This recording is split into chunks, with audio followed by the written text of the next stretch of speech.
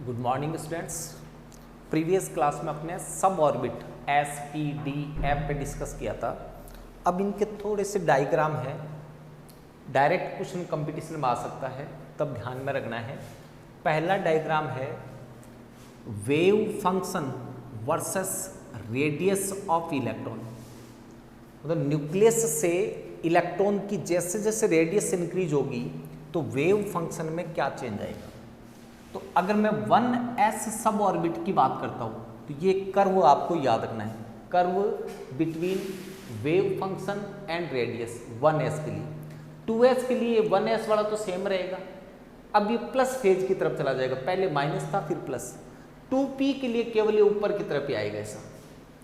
दूसरा कर्व इसका स्क्वायर कर दे, इसको बोलते हैं probability density of electron. Probability density और रेडियस के बीच कर्व ले तो 1s के लिए तो ये सेम ही आएगा, 2s के लिए ये इधर आया। स्क्वायर का मतलब माइनस माइनस का स्क्वायर प्लस में चल, ये गलत लिख दिया मैंने। कोई सी एक फेज प्लस मान लो, एक माइनस, उससे वैसे कोई फर्क नहीं पड़ता।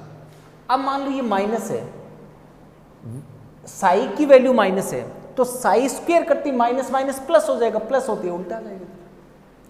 2p के लिए सेम रहेगा, जिस फेज में था उसी फेज में स्क्वायर किया तो सेम रहेगा, कोई ज्यादा डिफरेंस नहीं आया।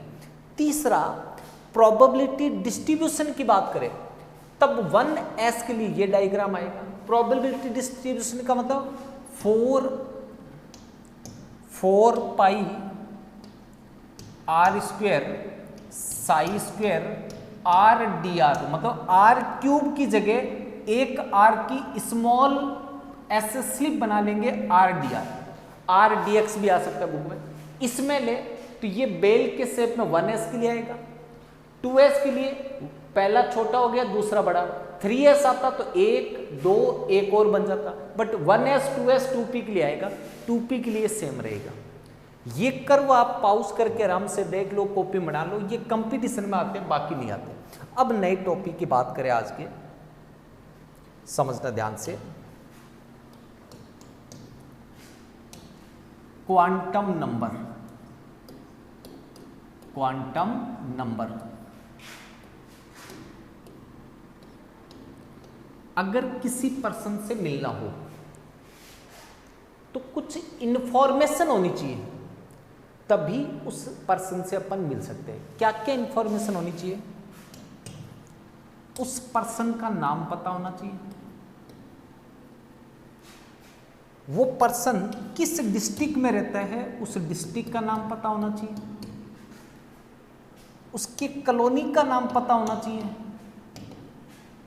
और उसका हाउस नंबर पता होना चाहिए। ये 4 चीजें अपने को पता है तो अपने उस कैंडिडेट से मिल सकते हैं। जैसे कहे नाम राकेश, कहाँ रहता है जयपुर डिस्ट्रिक्ट में, कौन सी कॉलोनी गांधी चौक, हाउस नंबर 25। अब इनकी सीक्वेंस याद रखनी है, सीक्वेंस क्या याद रखनी है वो समझना कि इन सीक्वेंस में कभी चेंज नहीं करना है, किसी में भी चेंज करने का नतीजा क्या होगा वो समझना। आपको राकेश से मिलना है, आपने राकेश को कॉल मिलाया, हाँ भी राकेश तेरे कॉलोनी का नाम बता, उसने कॉलोनी का नाम बताया गांधी चौक। आपने गांधी चौक पहुंच के फोन लगाया, हाँ राकेश गांधी चौक पहुंच गया। तो राकेश ने पूछा कौन से गांधी चौक पहुंचा, तूने तो गांधी चौक जोधपुर वाले। अरे बोले मूर्ख, जोधपुर गांधी चौक नहीं, जयपुर के गांधी चौक में। क्योंकि राकेश ने ये सोचा, इसको पता है कि जयपुर में होगा, बट उसको पता नहीं था कि वो कौन से डिस्ट्रिक्ट में। अब ये सोचो, हर डिस्ट्रिक्ट में गांधी चौक होता है, हर डिस्ट्रिक्ट में जनता कॉलोनी होती है, तो पहले डिस्ट्रिक्ट का नाम पूछना चाहिए, कॉलोनी नेचुरली डिस्ट्रिक्ट पूछना चाहिए कि कौन सी डिस्ट्रिक्ट में, जयपुर, उसके बाद कॉलोनी पूछनी चाहिए। राकेश को फोन किया, कहाँ है कि जयपुर, जयपुर पहुंच गए। जयपुर पहुंच के फोन किया हाउस नंबर के 30, हाउस नंबर 30 में चला गया, जाके देखा वहां कोई और थे कि राकेश यहाँ हाउस नंबर 30 में तो कोई और है। बोले हाउस नंबर 30 में कोई और है। कौन से कॉलोनी में गया? बोले नेहरू कॉलोनी। अरे बोले नेहरू नहीं, गांधी चौक में जा। इसका मतलब पहले कॉलोनी का नाम फिर हाउस नंबर, इस सीक्वेंस में आना चाहिए। अगर किसी बच्चे से मिलना है तो उस बच्चे का नाम पता होना चाहिए, जिस स्कूल में पढ़ता है वो स्कूल पता होनी चाहिए, कौन सी क्लास में पढ़ता है वो पता होना चाहिए, और कौन से सेक्शन में। जैसे राकेश इंटरनेशनल स्कूल में 11th में बायो सेक्शन में, ये 4 जानकारी है, राकेश से तुरंत मिल सकते हो। आपने स्कूल जाके कहा राकेश से मिलाओ, बोले कौन सी क्लास में? पता नहीं। अब जब क्लास ही पता नहीं है तो आप कैसे मिलोगे? क्लास पता है कि 11th में, अब सेक्शन कौन से 4 में ढूंढो। तो आपको पूरा पता होना चाहिए स्कूल का नाम क्या है, क्लास का नाम कौन सा है, सेक्शन का नाम क्या है, ये सारी चीजें पता होनी चाहिए। तो अगर किसी कैंडिडेट से मिलना हो तो कुछ इंफॉर्मेशन की रिक्वायरमेंट होती है। सेम अगर इलेक्ट्रॉन से मिलना हो, इलेक्ट्रॉन की पोजीशन पता करनी हो कि कहाँ है अभी, तो उसके लिए भी 4 नंबर की रिक्वायरमेंट होती है।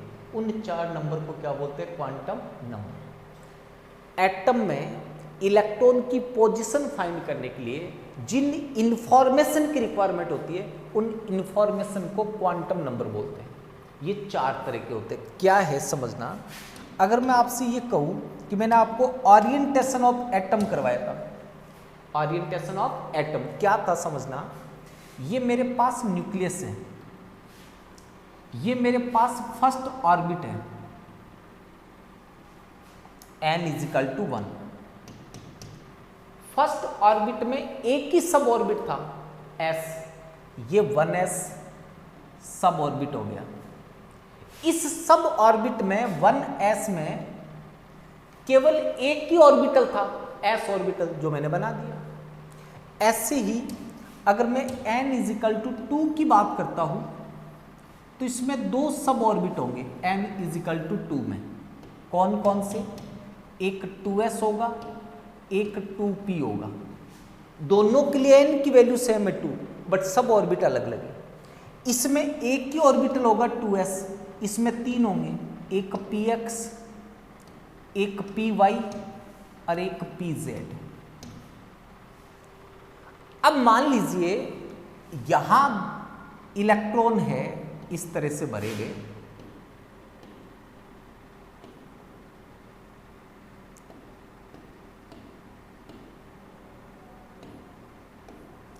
इनमें से किसी इलेक्ट्रॉन से आपको मिलना है तो आपको क्या क्या इंफॉर्मेशन होनी चाहिए?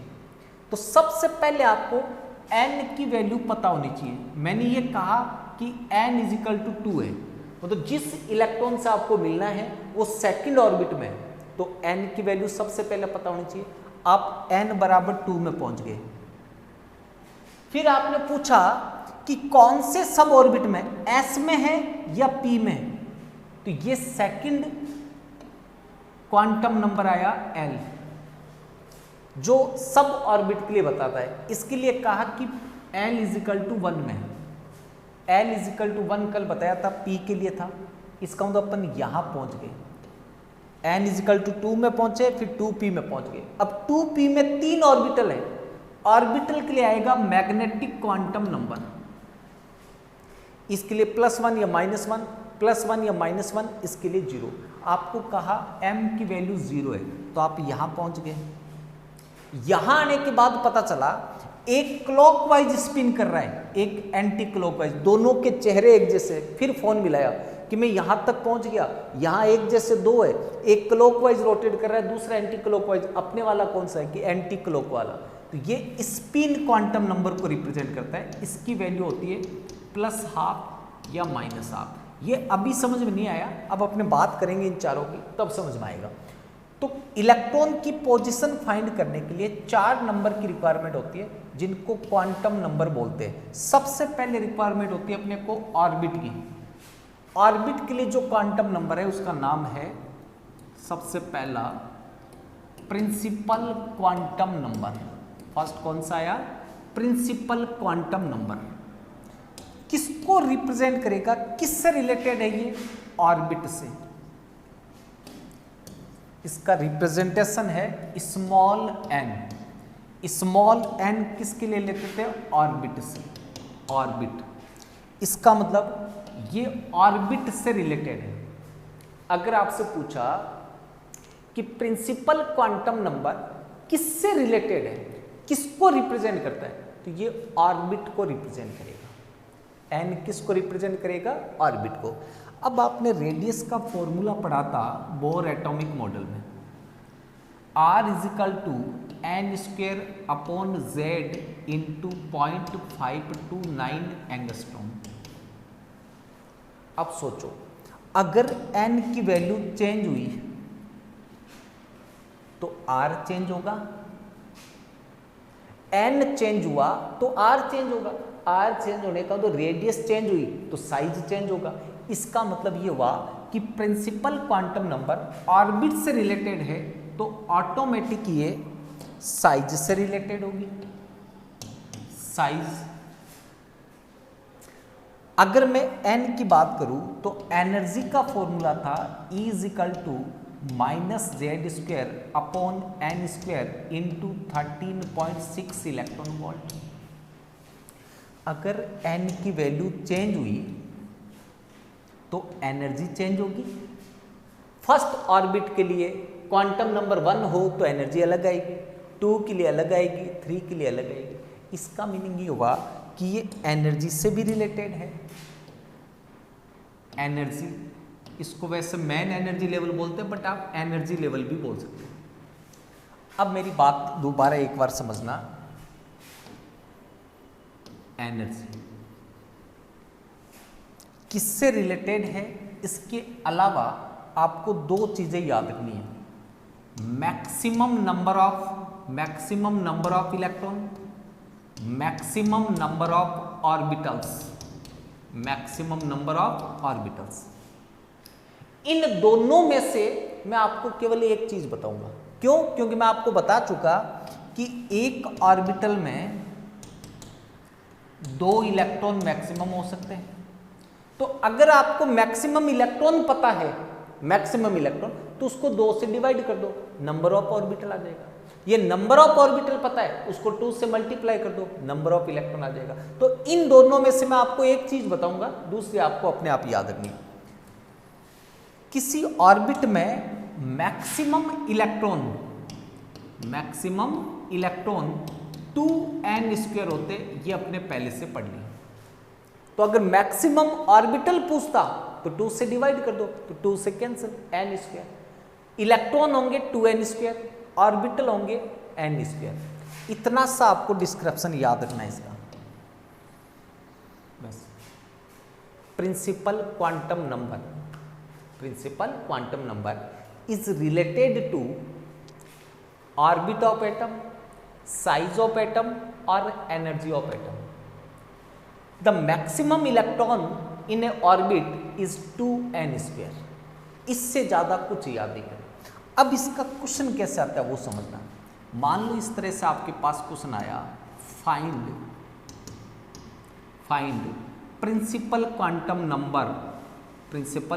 Number for electron number 1 to 30। Question को ध्यान से समझना।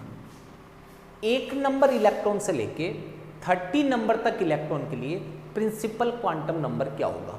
इसके लिए सबसे पहले आपको इसका इलेक्ट्रॉनिक कॉन्फ़िगरेशन लिखना पड़ेगा आंसर में। Electronic configuration for 30 electron up to electronic configuration up to 30 electron. 30 electron तक इलेक्ट्रॉनिक कॉन्फ़िगरेशन क्या होगा। कल अपने क्वांटम नंबर चलेगा वीडियो में, परसों की वीडियो में आपको मैं इलेक्ट्रॉनिक कॉन्फ़िगरेशन सिखाऊंगा। अभी जो 9 तक पढ़ रखा है उस बेस पे 30 तक आप लिख लेंगे। क्या आएगा? 1s2, 2s2, 2p6, 3s2, 3p6, 4s2, 3d10। Check करो 30 इलेक्ट्रॉन तक आ गई क्या? 2, 4, 10, 12, 18, 20, 30 हो गए। सबसे पहला इलेक्ट्रॉन किस में आया? जिसकी एनर्जी कम है, कम एनर्जी किसकी होगी, n की वैल्यू 1 हो एनर्जी के फॉर्मूले से। इसमें इलेक्ट्रॉन आए फर्स्ट और सेकंड, इसमें आए थर्ड और फोर्थ, इसमें आए 5th to 10th, इसमें आए 11 to 12, इसमें आएंगे 13 to 18, इसमें आए 19 to 20 नंबर इलेक्ट्रॉन, इसमें आए 21 to 30, ये 30 इलेक्ट्रॉन हो गए। एग्जाम में ऐसे क्वेश्चन नहीं आएगा, एग्जाम में मैं बताऊंगा कैसे आएंगे। अब आंसर समझना, n = 1। आपको चेक करना है कौन कौन से नंबर के इलेक्ट्रॉन फर्स्ट ऑर्बिट में, उनके लिए प्रिंसिपल क्वांटम नंबर 1 होगा। तो देखो ये किसी भी सब ऑर्बिट को रिप्रेजेंट करना हो ऐसे s p d f, तो इनके आगे जो नंबर लिखा होता है ये तो है प्रिंसिपल क्वांटम नंबर, ये है एजीमुथल क्वांटम नंबर जो सब ऑर्बिट के लिए होते हैं। अपने n की बात कर रहे हैं, n की वैल्यू 1 किस में है, इस वाले में, जिसमें n की वैल्यू 1 है वहां किस नंबर के इलेक्ट्रॉन आए, फर्स्ट और सेकंड। इसका मतलब इलेक्ट्रॉन नंबर 1 और इलेक्ट्रॉन नंबर 2 के लिए n की वैल्यू 1 होगी। n = 2, चेक करो n = 2 किसके लिए, इसके लिए n की वैल्यू 2 है, इसके लिए भी 2 है। सब ऑर्बिट डिफरेंट है बट n सेम है, तो कितने नंबर इलेक्ट्रॉन के लिए, 3 से लेकर 10 तक, 3 से 10 तक सभी के लिए n की वैल्यू 2 होगी। n = 3 किसके लिए, चेक करो, ये n3, ये n3, कौन कौन से इलेक्ट्रॉन के लिए चेक करो, 11 to लेकर 18 तक ना और 11 to 18 एंड ये भी तो 3 है, देखो 3 3 3, 11 से 18 एंड 21 to 30, n की वैल्यू 4 किसके लिए, तो n की वैल्यू 4 है 19 to 20, चेक कर लो 19 to 20। ये मैंने आपको 30 इलेक्ट्रॉन तक सबके लिए बता दिया। अगर 11 से 18, 21 से 30 का कोई इलेक्ट्रॉन आया, सीधा याद रखो n की वैल्यू 3 है। अब आपके क्वेश्चन कैसे आएगा वो बता रहा हूं, पहले तो आपके नहीं आएगा वो क्वेश्चन बता रहा हूं, फिर जो आएगा वो बताऊंगा। पहले वो बता रहा हूं जिससे क्वांटम नंबर क्या है वो बात समझ में आ जाए, समझना ध्यान से।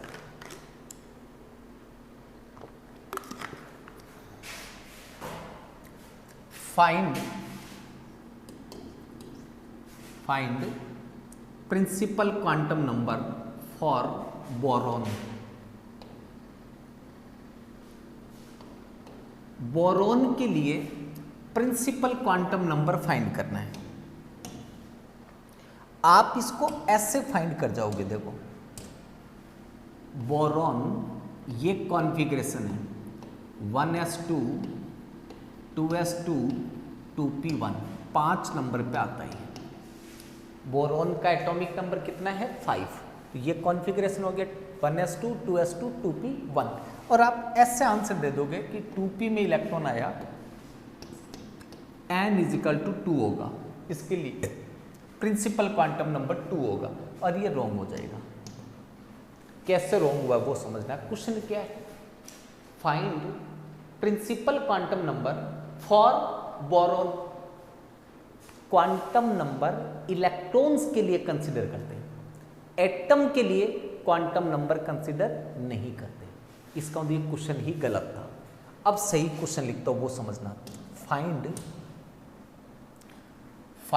Principal quantum number for third electron of boron. अब क्वेश्चन बना है पूरा, find principal quantum number for third electron of boron. Boron के थर्ड इलेक्ट्रॉन के लिए फाइंड करो। तो अब आप इस कॉन्फ़िगरेशन में चेक करो, थर्ड इलेक्ट्रॉन कहाँ है, तो ये फर्स्ट और सेकंड है, ये थर्ड एंड फोर्थ, यहां 5th नंबर। तो थर्ड से लेकर के 5th किसी भी इलेक्ट्रॉन के लिए पूछे n2 होगा। अगर यहां फर्स्ट या सेकंड इलेक्ट्रॉन की बात करते तो n की वैल्यू कितनी आती? 1। इसका मतलब अपने यहां जो लिखा है, मैंने ये कहा कि इलेक्ट्रॉन नंबर 6 के लिए 5 to 10 के बीच में आएगा। इलेक्ट्रॉन नंबर 6 के लिए n की वैल्यू 2 होगी। अब वो 6 नंबर इलेक्ट्रॉन चाहे कार्बन का हो, चाहे नाइट्रोजन का हो, चाहे सिल्वर का हो, चाहे ब्रोमीन का हो, चाहे आयोडीन, किसी का भी 6 नंबर इलेक्ट्रॉन हो, 6 नंबर इलेक्ट्रॉन के लिए n की वैल्यू फिक्स है, 2 ही होती है। अब क्वेश्चन जैसे जैसे आते हैं एग्जाम में वही बताता जा रहा हूं, समझते जाना। छोटे छोटे क्वेश्चन आते हैं, बस मेन है क्या क्वांटम नंबर वो समझ में आ जाए। क्वेश्चन समझना,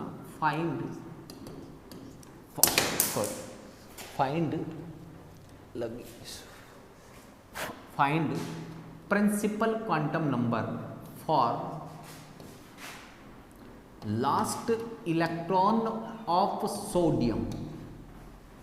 find principal quantum number for last electron of sodium. ये इस तरह से आपको कॉम्प्लेक्स कर देंगे क्वेश्चन को, लास्ट इलेक्ट्रॉन। तो अब आपको पहले तो ये पता होना चाहिए कि सोडियम का एटॉमिक नंबर 11 होता है। ये बात जब तक नहीं पता होगी तब तक आगे का आंसर नहीं आएगा। अब 11 का आपने कॉन्फ़िगरेशन लिखा 1s2 2s2 2p6 3s1। अब ये बोल रहा है कि लास्ट इलेक्ट्रॉन, तो सोडियम का जब एटॉमिक नंबर 11 है तो लास्ट इलेक्ट्रॉन 11 नंबर वाला होगा। 11 नंबर वाला इलेक्ट्रॉन यहां आया है, इसका मतलब n की वैल्यू कितनी होगी? 3। ये आंसर आ गया आपका, n = 3। अब इसमें भी पता था अपने को, ये रहा 11 to 18 21 to 30 n की वैल्यू 3 आती है, यहां से भी पता है। लेकिन पहले ये तो पता चले कि सोडियम का लास्ट इलेक्ट्रॉन कितने नंबर का होगा, तो जितना एटॉमिक नंबर है। अब यही क्वेश्चन ऐसा आता नाइट्रोजन के 5th इलेक्ट्रॉन के लिए, तो आपको कहीं जाने की जरूरत नहीं है, 5th इलेक्ट्रॉन देख लो यहाँ 3 to 10 में आएगा 5th, n = 2। ये प्रिंसिपल क्वांटम नंबर है। इसको दोबारा भी पढ़ाएंगे ताकि पूरा क्लियर हो जाए। पहले एक बार आगे वाला पढ़ लेते हैं। सेकंड समझना, 2 नंबर एजीम्यूथल क्वांटम नंबर, इसको स्मॉल l से रिप्रेजेंट करते हैं। किससे रिप्रेजेंट करेंगे? स्मॉल n से रिप्रेजेंट करेंगे। क्या है वो समझना। अपने पास ऑर्बिट आ गया, ऑर्बिट के बाद अपने पास क्या आता है, वो हटा दिया डायग्राम। ऑर्बिट के बाद अपन बात करते हैं सब ऑर्बिट के, जो 4 तरह के थे, s p d f। तो ये किससे रिलेटेड है? सब ऑर्बिट से रिलेटेड है, सब ऑर्बिट से। ये किससे रिलेटेड था? ऑर्बिट से रिलेटेड था, प्रिंसिपल क्वांटम नंबर। और एजीम्यूथल किससे रिलेटेड है? सब ऑर्बिट से रिलेटेड है। 4 तरह के सब ऑर्बिट होते हैं, चारों लिख रहा हूं यहां पे। एल सब ऑर्बिट, सब ऑर्बिट। एल की वैल्यू कल बताई थी 0 1 2 3, आगे 4 5 6 बढ़ते जाएंगे। 0 होता है एस के लिए, 1 होगा पी के लिए, डी के लिए 2 और एफ के लिए 3। अगर मैंने ये कहा कि एल की वैल्यू 0 है, इसका मतलब मैं कौन से सब ऑर्बिट की बात कर रहा हूं? एस की। मैंने कहा एल की वैल्यू 2 है, इसका मतलब मैं डी की बात कर रहा हूं। अब मैं आपको क्वेश्चन दूं, समझना। मैंने ये कहा कि एल की वैल्यू 1 है, एल की वैल्यू 1 है, तो उस सब ऑर्बिट की शेप कैसे होगी? तो आपने कहा एल की वैल्यू 1 है, इसका मतलब सर आप पी वाले की बात कर रहे हो, और पी की शेप होती है डंबल शेप। तो मैंने आपको ये नहीं कहा डंबल, आपने एल की वैल्यू से पता किया कि इसकी शेप डंबल शेप होगी। इसका मतलब एल हेल्प करता है किसमें? शेप डिसाइड करने में। एल की वैल्यू 2 है, डी होगा डबल डंबल शेप। इसका मतलब ये सब ऑर्बिट के साथ साथ, सब ऑर्बिट के साथ साथ ये शेप से रिलेटेड है, शेप। यहां सब ऑर्बिट की जगह ऑर्बिट था, ऑर्बिट। यहां साइज है और वहां शेप है, मतलब 2p और 3p, 2p 3p दोनों के लिए l की वैल्यू 1 होगी, बट n की अलग अलग होगी, 2 और 3 होगी। तो n चेंज है तो 2p 3p का साइज डिफरेंट होगा, शेप डिफरेंट नहीं होगी। एक में छोटा डंबल होगा, एक में बड़ा डंबल होगा। इसका मतलब ये हुआ कि ये किससे रिलेटेड है? शेप से रिलेटेड है। वो मेन एनर्जी लेवल से रिलेटेड था, ये सब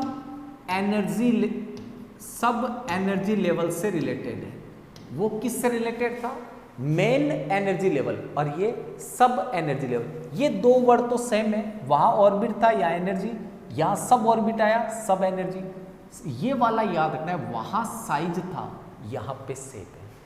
तो आपको इसका डिस्क्रिप्शन क्या लिखना है? Azimuthal quantum number is represent the sub orbit, shape and sub energy level. The value of azimuthal quantum number for different sub orbits are, ये टेबल बनानी है, 0 1 2 3 SPD F। इसके बाद आपको लास्ट लाइन लिखनी है, the maximum number of orbitals इन सब orbit. दोबारा समझना, ऑर्बिट में मैक्सिमम नंबर ऑफ ऑर्बिट्स थे n²। दोबारा समझो, या तो इलेक्ट्रॉन पूछेगा या नंबर ऑफ ऑर्बिटल पूछेगा। इलेक्ट्रॉन थे 2n², ऑर्बिटल थे 2 से डिवाइड कर दो n²। तो यहां पे भी या तो मैं नंबर ऑफ मैक्सिमम इलेक्ट्रॉन की बात करूं या नंबर ऑफ मैक्सिमम ऑर्बिटल की। ये तो थे ऑर्बिट में। अब आपसे क्वेश्चन ये पूछे कि सब ऑर्बिट में मैक्सिमम ऑर्बिटल कितने होंगे या मैक्सिमम इलेक्ट्रॉन कितने होंगे, तो आप फॉर्मूला ऐसे याद रखना। आपको ये नंबर पहले से पता है, समझना, नंबर ऑफ ऑर्बिटल्स आपको पहले से पता है। s सब ऑर्बिट में एक ऑर्बिटल होता है, p में 3 होते हैं, d में 5, f में 7। इलेक्ट्रॉन की बात करें डबल कर देंगे, इसमें 2 इलेक्ट्रॉन 6 10 40। अब ये ऑर्बिटल आपके जिस फॉर्मूले से आ जाए वो फॉर्मूला सही है तो चेक करना। मैं फॉर्मूला लिख रहा हूं, maximum number of orbitals, maximum orbitals इन सब ऑर्बिट कितने होंगे। पहला फॉर्मूला मैंने आपको दिया l+1। तो आप इस फॉर्मूले से चेक करो कि जो आपको याद है वो नंबर कौन से फॉर्मूले से आ रहे हैं। तो देखो, s की बात करूं, s के लिए l की वैल्यू 0 है, 0 + 1 1 आ गया, 1 ही होता है। p के लिए चेक करो, l की वैल्यू 1 है, 1 + 1 2 आ गया, कितने होते हैं 3। इसका मतलब फॉर्मूला रॉन्ग है।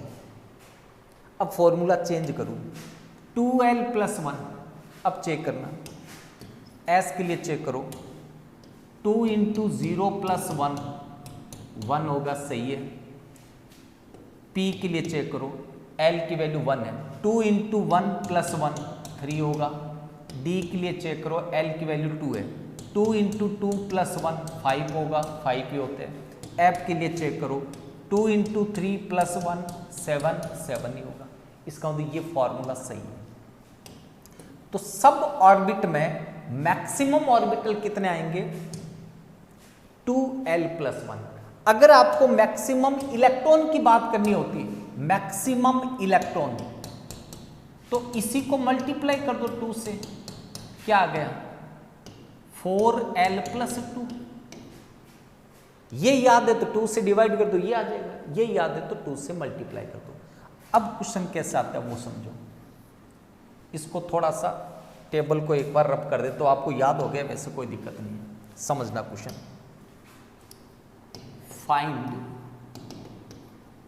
Azimuthal quantum number for 1 to 30 electron. Same question है पहले वाला, उसमें प्रिंसिपल क्वांटम नंबर फाइंड करना था। यहां आपको एजीमुथल क्वांटम नंबर फाइंड करना है। देखो, सबसे पहला काम, इलेक्ट्रॉनिक कॉन्फ़िगरेशन 30 इलेक्ट्रॉन तक क्या आएगा, 1s2 2s2 2p6 3s2 3p6 4s2 3d10। Number of electrons लिख देता हूं 1 से 2, 3 से 4, 5 to 10, 11 to 12, 13 to 18, 19 to 20 और ये 21 to 30। अब आपको L की वैल्यू फाइंड करनी है, तो सबसे पहले समझना L इज इक्वल टू 0।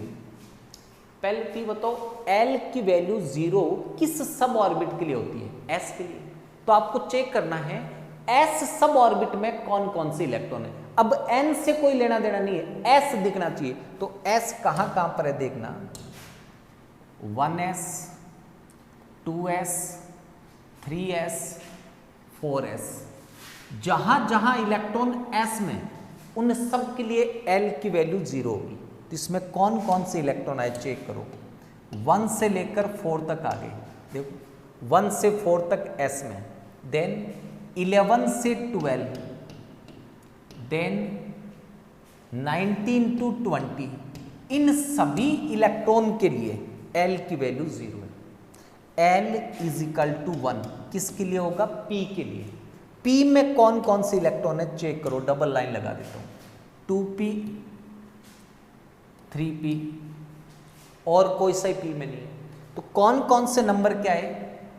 5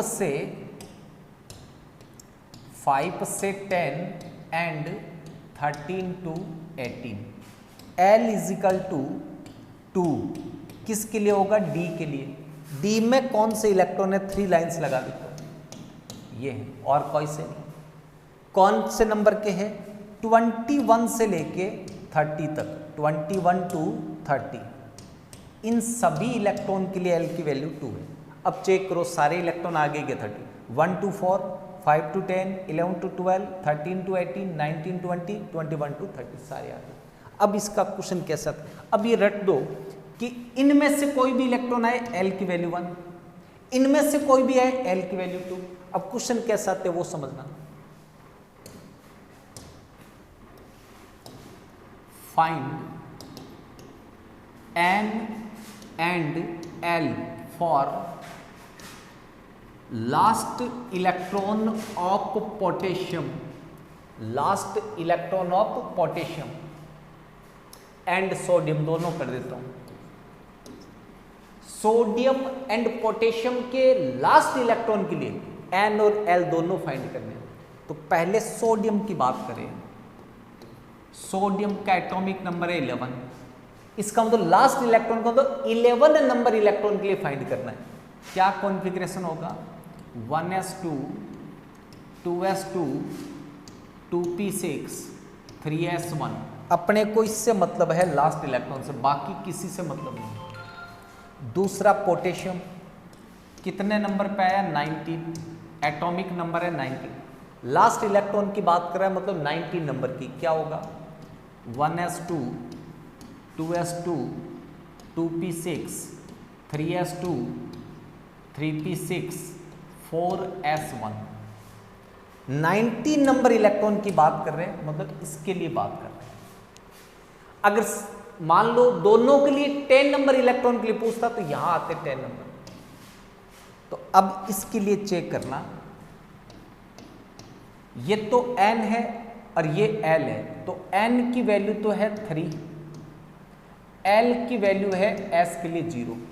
तो वहां जाके चेक कर लो, 11 नंबर इलेक्ट्रॉन के लिए L की वैल्यू 0 है, ये रहा 11। मैंने 1 से 30 कोई नहीं करवाता, इसलिए करवाया है कि आपके जितने भी क्वेश्चन आएंगे वो 1 से 30 के आइटम में आएंगे, तो वहां 1 से 30 आपको कोई सा भी दे दे, इजीली फाइंड कर लेंगे। इसके लिए देखो, ये तो n हो गया, n is equal to 4, L S में है 0, तो दोनों के लिए L की वैल्यू सेम है बट N की सेम नहीं है। कल 2 क्वांटम नंबर और रिमेनिंग है, वो करेंगे, एक तो मैग्नेटिक क्वांटम नंबर एंड एक स्पिन क्वांटम नंबर। आज के लिए इतना काफ़ी है। Thank you, have a nice day, God bless.